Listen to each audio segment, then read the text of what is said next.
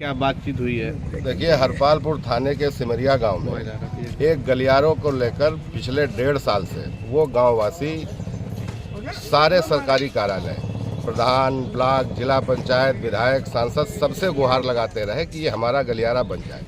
जब 1.5 साल तक कोई रास्ता नहीं निकला तो गांववासी मजबूरन अपने गांव में ही जुलूस निकाला और प्रशासन और सत्ता पक्ष के खिलाफ नारेबाजी की और देश के महत्वपूर्ण चौथे स्तंभ का सहारा लिया।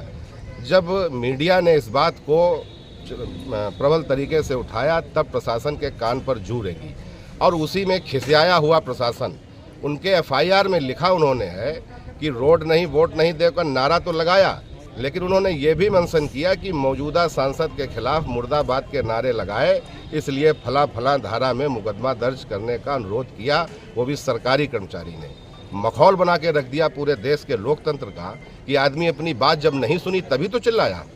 नहीं, अगर 1.5 साल से अगर सुनवाई हो गई होती, लेकिन भारतीय जनता पार्टी के इशारे पर और प्रशासन के इशारे पर और उसके सहयोग से उस गांव पर यह दबाव बनाया गया कि डर और भय का माहौल बनाया गया और उसका सीधा एक मंशा कि सिमरिया गांव चूँकि समाजवादी गढ़ के रूप में जाना जाता है, इसलिए यहाँ के लोग अगर डर जाएंगे तो दूसरे भी अगल बगल के इलाके के लोग प्रशासन और अधिकारियों से डरने का काम करेंगे। और हमने ये मांग करी है कि जिन उप जिलाधिकारी सवाजपुर महोदया ने ये एफआईआर आनन फानन में लिखाई है, उनके इस नीति के चलते हमें तो स्वच्छ चुनाव हो जाए, निष्पक्ष चुनाव हो जाए। हमने उनको भी वहाँ पर आरओ ना बने भविष्य में, इसकी भी हमने मांग की है।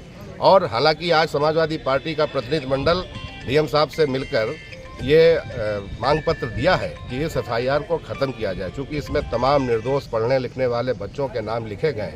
1-2 लोगों ने उपद्रव हो सकता, लेकिन क्या उपद्रव किया?